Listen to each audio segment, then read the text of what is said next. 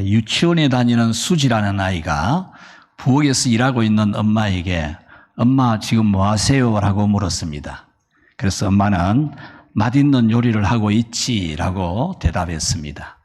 그래서 수지는 누구 주려고 그래요? 이러니까 앞집에 서미스 부인이 딸이 세상을 떠나고 마음이 아파서 상처가 크게 있어서 누워있단다. 그래서 그 서미스 부인에게 맛있는 요리를 해 주려고 하고 있어. 그렇게 대답했습니다. 그러면서 이 엄마가 이 수지에게 너도 그 서미스 부인에게 무언가 해주면 참 좋겠다. 그렇게 말을 했습니다. 이튿날 아침에 이 수지 어린이가 이 서미스 부인의 집에 가서 초인종을 누릅니다. 누워서 실망하며 마음이 크게 상심되어 있었던 이 서미스 부인이 이 수지가 누르는 초인종에 일어나서 문을 열어주면서 수지야 무슨 일이니? 라고 했습니다. 그래서 이 수지가 아줌마가 상처를 받아 누워 계신다고 해서 왔습니다. 라고 하면서 이거 받으세요. 라고 하면서 무언가를 건넸습니다. 그러니까 서미스 부인이 이게 뭔데? 라고 했어요. 수지는 반창고예요. 스미스 아주머니가 지금 마음에 상처가 크게 있다 해서 이 반창고를 바르면 나을 것 같아서 가져왔어요. 이렇게 대답을 했습니다. 이 스미스 부인은 이 수지를 끌어안고 많은 시간에 흐느꼈습니다. 그리고 입을 열어서 수지야, 네가 건네준 이 반창고로 내 상처가 다 낫게 될 거야 라고 대답을 해 주었습니다. 사랑하는 우리 성도 여러분, 반창고가 다시 일어나게 할 수 있습니다. 반창고 하나가 바로 삶의 전환점을 만들어줄 수가 있습니다. 우리 모두 슬퍼하는 사람들에게 반창고가 되었으면 참 좋겠습니다. 오늘 바로 여러분에게도 이 반창고가 필요하죠. 여러분도 삶의 여정에서 상처가 있고 또 아픔이 있기 때문에 여러분 자신에게도 이 반창고가 필요하지만 여러분 가족에게도 반창고가 필요하고 우리 성도들에게도 이 반창고가 필요합니다. 오늘 성경은 예수님께서 마음이 너무 아픈 여자, 삶에 지쳐서 정말 죽을 것 같은 고비를 넘기는 이 여자를 찾아가서 예수님이 직접 반창고가 되어주셨다라고 하는 말씀입니다.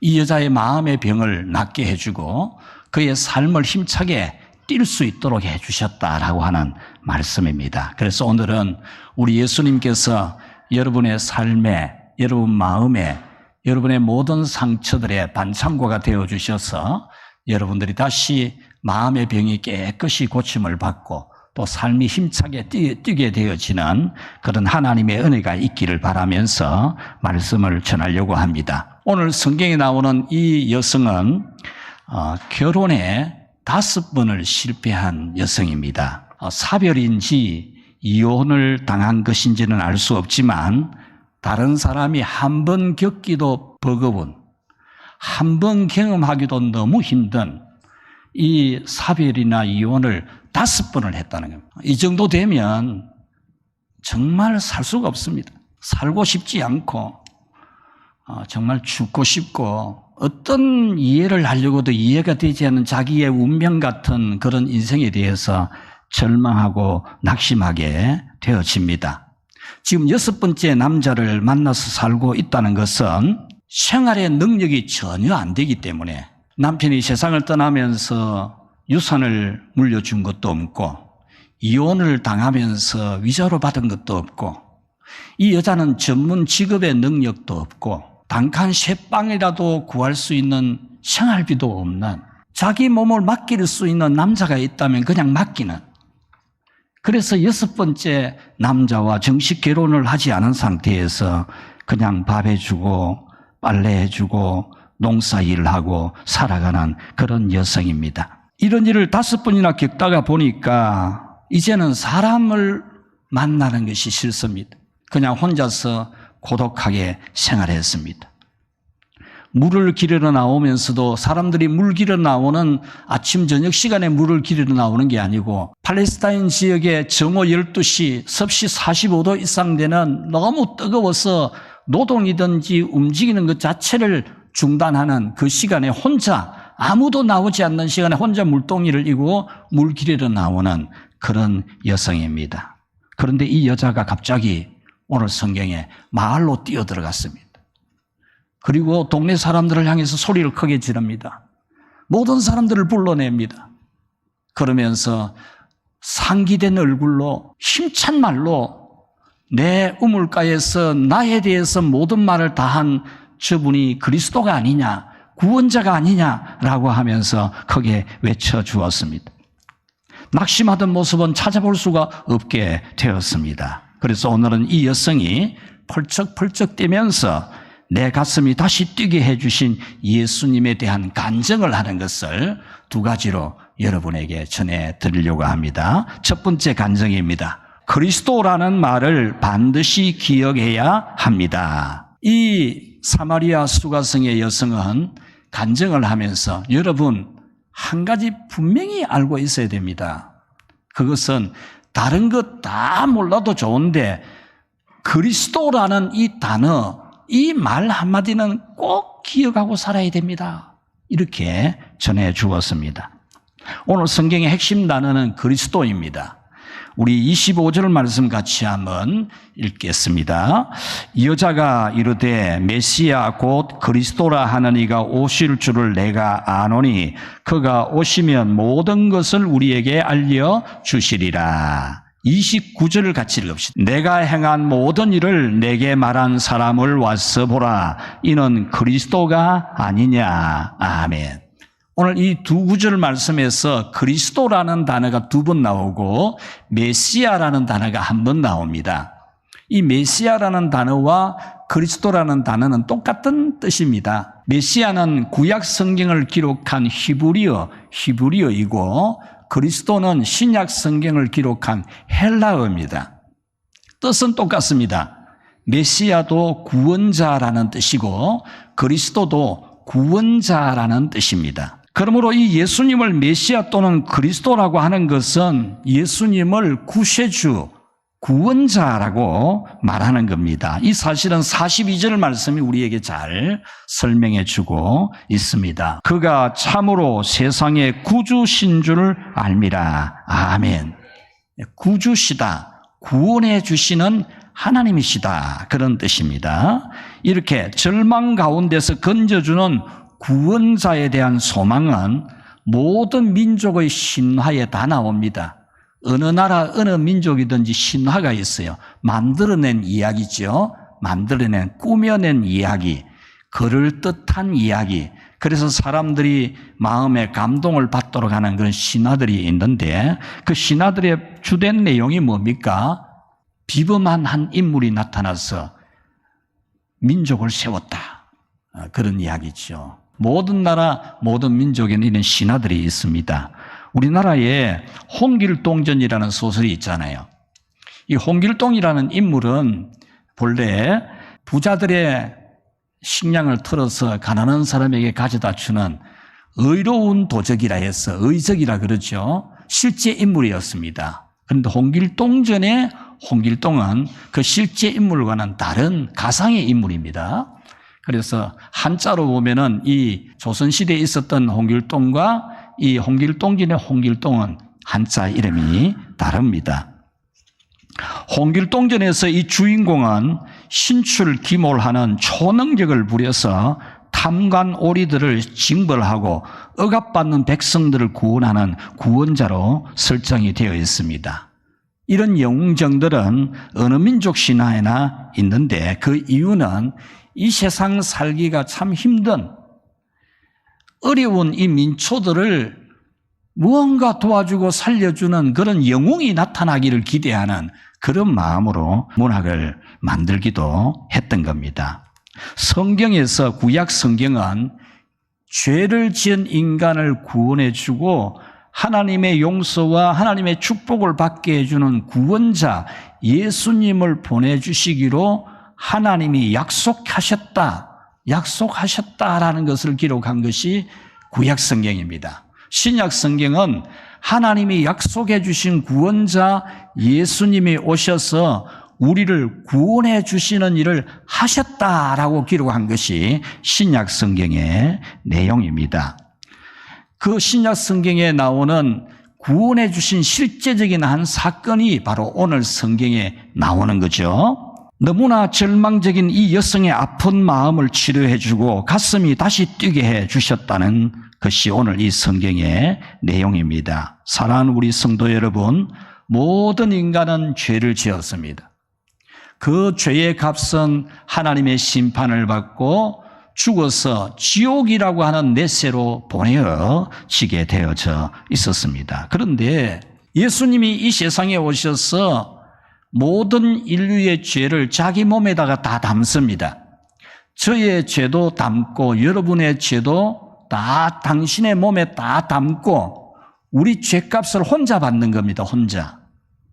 모든 인간의 죄값을 예수님이 혼자 자기가 다 지고 십자가에서 못 박혀서 우리의 죄값을 다 치루어 주는 겁니다.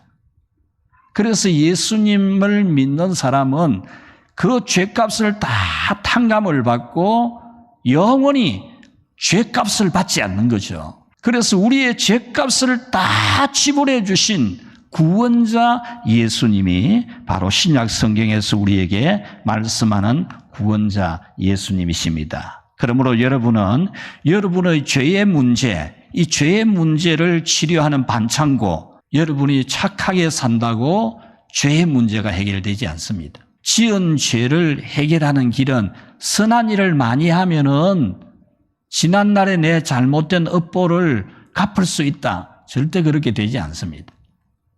그리고 내가 아무리 나는 죄를 안 지으려고 해도 내 마음에 아무리 수양을 하고 수도를 하고 교육을 하고 훈련을 하고 노력해도 우리는 죄로부터 자유로울 수가 없는 죄의 성량을 지니고 있는 인간입니다. 여기에서 우리가 이 죄성을 치유받고 고침받을 수 있는 길은 예수님이 내 죄를 자기 몸에다가 지고 십자가에 죽으셨다. 그래서 예수님의 십자가라고 하는 반창고를 붙여야만 우리의 죄에 대한 모든 죄값이 치유가 되는 겁니다. 여러분의 삶의 현장에서 일어나는 수많은 일들, 마음이 우울하기도 하고 슬프기도 하고 낙심되기도 하고 절망적이기도 하는 그런 수많은 일들, 여러분의 삶의 고비들, 이 여자처럼 다른 사람이 한 번 겪는 것도 어려운데 5번이나 겪는 이런 불행한 일을 만날 때 예수님이 여러분들에게 치료자가 되시고 구원자가 되시는 것. 여러분의 기억 속에 생각 속에 내가 아직 정확하게는 많이는 몰라도 딱 한 단어, 메시아, 그리스도, 구원자라고 하는 이 단어는 여러분이 꼭 기억하고 살아가기를 주의 이름으로 축원합니다. 두 번째로 이 여성이 간증하는 내용입니다. 그리스도가 오시면 된다는 믿음의 끈을 놓지 마십시오.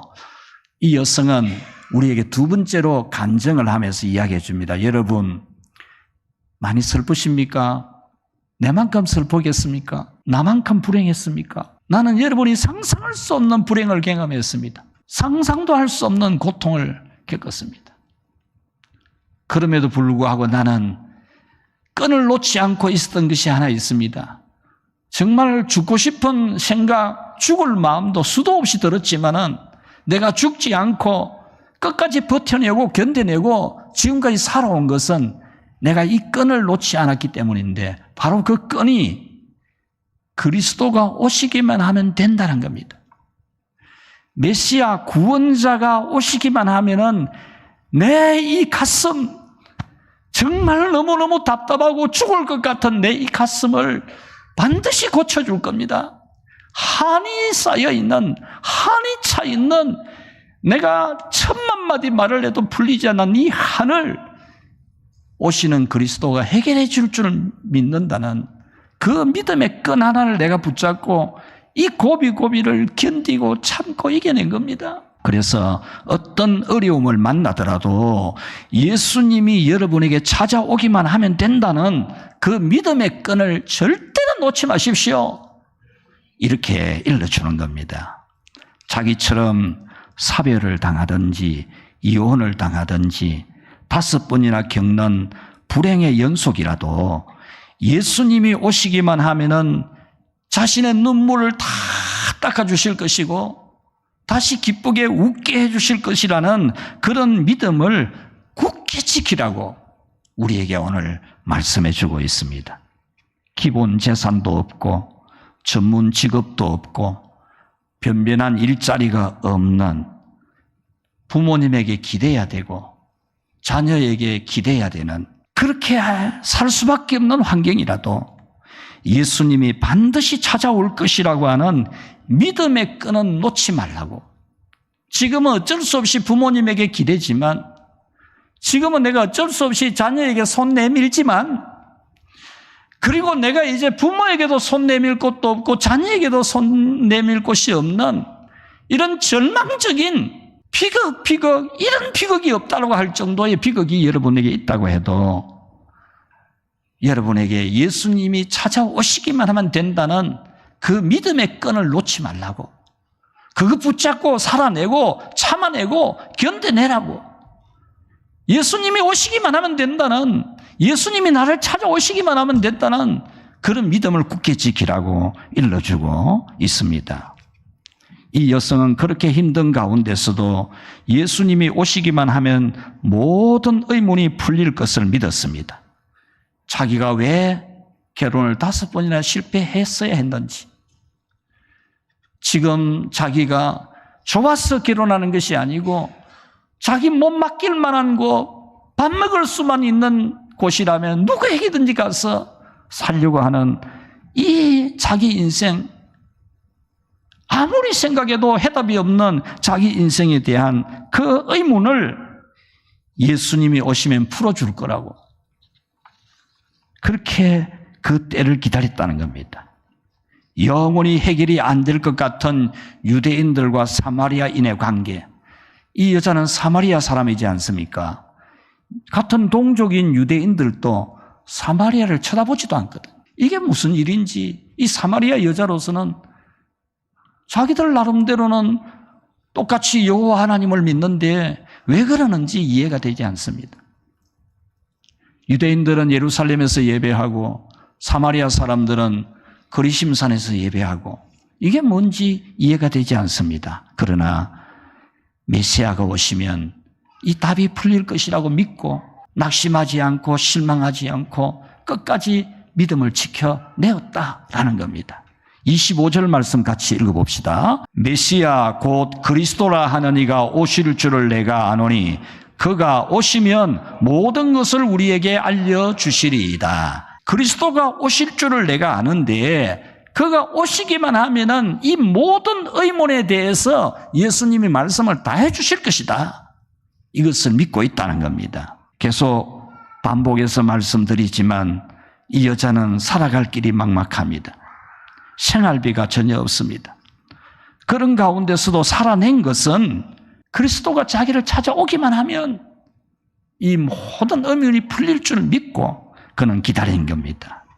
사람 만나기 싫어서 정오 12시에 물 기르러 나오는 그런 삶을 살지라도 끝까지 버텨내는, 끝까지 살아내는 그런 삶을 살았다는 겁니다. 구원자가 오시면 지금까지의 모든 의문이 다 풀리게 하실 것을 믿기 때문에 그 모진 고난도 이겨낸 것입니다. 25절에 그가 오시면 모든 것을 우리에게 알려주시리라 했습니다. 사랑하는 성도 여러분, 우리가 교회에 다녀도 희미한 것이 많습니다. 예수님을 믿지만은 예수님에 대해서 말해보라 하면은 뭘 얼버무리기가 쉽습니다. 예배에 대해서 말해보라 해도 희미하게 아는 경우도 많습니다. 그러나 은혜를 체험하게 되면은 확실하게 알게 됩니다. 우리가 얼굴과 얼굴을 맞대어 보듯이 예수님을 확실하게 경험할 수 있습니다. 고린도전서 13장 12절 말씀을 같이 한번 읽어보겠습니다. 우리가 지금은 거울로 보는 것 같이 희미하나 그때에는 얼굴과 얼굴을 대하여 볼 것이요 지금은 내가 부분적으로 아나 그때에는 주께서 나를 아신 것 같이 내가 온전히 알리라. 아멘. 여기서 거울은 요즘 우리가 사용하는 거울이 아닙니다. 요즘 우리가 사용하는 거울은 얼마나 정확하게 보입니까? 이 2000년 전에, 이 성경이 기록될 당시 2000년 전의 거울은 청동을 두드려 가지고 망치질해서 얇게 펴 가지고 닦아서 매끈하게 해서 청동을 가지고 얼굴을 보는 그런 거울이거든요. 그런 거울로 얼굴이 희미하게 보일 수밖에 없는 겁니다. 또 지금은 내가 부분적으로 아나. 지금 내가 예수님에 대해서 아는 것도 부분적으로 일부분만 알고 있다. 그런 뜻입니다. 그러나 나중에는 예수님을 만나게 되면은 거울을 보는 것이 아니라 직접 얼굴과 얼굴을 맞대어 보듯이 보는 것처럼 정확하게 알 수 있게 된다라는 그런 말씀입니다. 여러분, 우리가 예수님의 은혜를 체험하게 되면은 마치 얼굴과 얼굴을 맞대어 보듯이 확실하게 예수님을 알 수가 있습니다. 이 사진은 제가 이번 성지순례에 가서 박물관에 있는 유물을 제가 사진으로 찍어 온 겁니다. 이 유물은 바로 2000년 전 로마 시대, 정말 말로 설명하기가 어려운 정말 위대한 로마 시대에 사용했던 거울입니다. 이 정도 거울을 만들어서 사용했다는 것은 왕족이나 귀족들이 썼던 것으로 보는데 둥근 것이 거울입니다. 청동 거울입니다. 지금 녹이 슬어서 파랗잖아요. 이걸 닦으면 매끈하게 되면은 우리 얼굴을 약간 볼 수 있어요. 아무리 잘 닦아도 희미하게 보이는 겁니다. 고린도전서 13장의 이 말씀이 바로 이 거울을 두고 하는 말이죠. 예수님을 만나서 체험하기 전에는 예수님에 대해서 희미할 수밖에 없습니다. 그러나 예수님을 만나서 체험하게 되면 정확하게 알게 됩니다. 오늘 이 성경에 나오는 사마리아 사람들도 예수님에 대해서 아는 게 희미했습니다. 그리스도라고 메시아라고 하는 분이 오시기만 하면 그런 끈은 잡고 있지만은 그리스도가 어떤 분인지 메시아가 어떤 분인지 정확하게 잘 모릅니다. 그러나 예수님을 만나면서 예수님을 체험하면서 예수님이 어떤 분인 줄로 그들은 확실히 알고 믿게 되었습니다. 이들은 유대인들보다도 메시아에 대해서 아는 지식이 적습니다. 이 사마리아 사람들은 성경을 가져도 창세기, 출애굽기, 레위기, 민수기, 신명기 5권만 가지고 있거든요. 반면에 유대인들은 구약 성경 39권, 39권의 구약 성경을 다 가지고 있거든요. 그래서 유대인들은 39권에 있는 예언되어진 그리스도 메시아에 대해서 많은 지식을 가지고 있지만 이 사마리아 사람들은 5권에 나와 있는 너무나 찾기 쉽지 않는 메시아에 대한 그리스도에 대한 지식을 가지고 있는 겁니다. 매우 희미합니다. 그러면서도 그들은 그리스도가 오시기를 기다리는 끈은 굳게 붙잡고 있었던 겁니다. 그 결과 그들은 예수님이 자기들을 찾아오시는 이 엄청난 은혜를 체험하게 되면서 그들은 예수님을 믿고 구원을 받았습니다. 예수님을 만난 사람들은 모든 눈물과 슬픔을 씻고 가슴이 펄쩍펄쩍 뛰는 삶을 살았습니다. 여러분은 현재라는 삶에서 이해할 수 없는 삶의 고난과 고비와 슬픔과 애환이 있어도 예수님이 찾아오신다는 믿음의 끈을 절대로 놓지 말고 살아내고 버텨내고 견뎌내고 그래서 꼭 예수님을 만나서 여러분의 한을 풀고 여러분의 의문이 다 풀리고 여러분을 위로해 주시는 반창고 되시는 예수님을 체험하게 되기를 주의 이름으로 축원합니다. 절대로 여러분에게 일어나지 않아야 될 일이겠지만 결혼을 5번이나 실패하는 것 같은 절망 속에서도 여러분이 아는 성경 지식이 매우 제한된 가운데 있을지라도 한 가지 분명한 것은 예수님이 내게 찾아오시기만 하면 된다. 그러면 나는 내 의문이 다 풀린다. 내 인생의 문제 해결이 다 된다. 오늘 내가 가지고 있는 인생의 문제, 육신의 질병이나 마음의 고통이나 삶의 고비나 예수님이 나를 찾아와서 만나주시기만 하면 해결된다. 이 믿음의 끝만큼은 절대로 놓지 말고 믿음 안에 살아가기를 주의 이름으로 축원합니다. 여러분, 삶의 무게가 많이 무겁습니까? 걱정이 되고 불안하십니까? 도무지 해결 안 되는 운명 같은 문제들 때문에 지치고 낙심하십니까? 여러분에게 바로 반창고가 필요한 겁니다. 예수님 반창고가 필요한 겁니다. 예수님은 여러분을 다시 펄쩍펄쩍 뛰게 해주시기 위해서 반드시 찾아오십니다. 예수님이 우리를 찾아오시기 위해서 하늘의 보좌를 버려두고 신이신 예수님이, 하나님이신 창조주이신 예수님이 사람 몸을 입고 어린 아기로 이 세상에 탄생하셔서 우리의 구주가 되어 주셨습니다. 이 사마리아 여자 살리려고 요단강에서 아침에 일찍 출발해가지고 지치고 쓰러질 정도로 피곤할 정도로 이 사마리아 수가성 여자가 12시에 그 우물가에 나오니까 이 12시 나오는 이 여자 살리려고 12시까지 도착하려고 바쁜 걸음 쳐서 우물가에 도착하신 예수님이십니다. 유대인들은 사마리아 사람과 또레박, 물기로 오른 또레박 같이 안 쓰는데 예수님은 그 여자에게 그 또레박으로 물 좀 길어다오 이렇게 부탁하기도 했습니다. 유대인 남자는 사마리아 여자하고 말도 안 섞는데 제자들이 와보니까 예수님이 사마리아 여자하고 말을 하고 있으니까 이상히 여겼습니다. 다른 사람이 이상히 여길지라도 나는 이 여자를 살려야 돼. 다른 사람들은 이상히 여길지라도 나는 이 여자를 살려야 돼. 그런 마음으로 예수님이 이 여자에게 계속 말을 겁니다. 정말 이 여자를 살리기 위해서 예수님이 하는 행동을 보면 너무나 감동적입니다.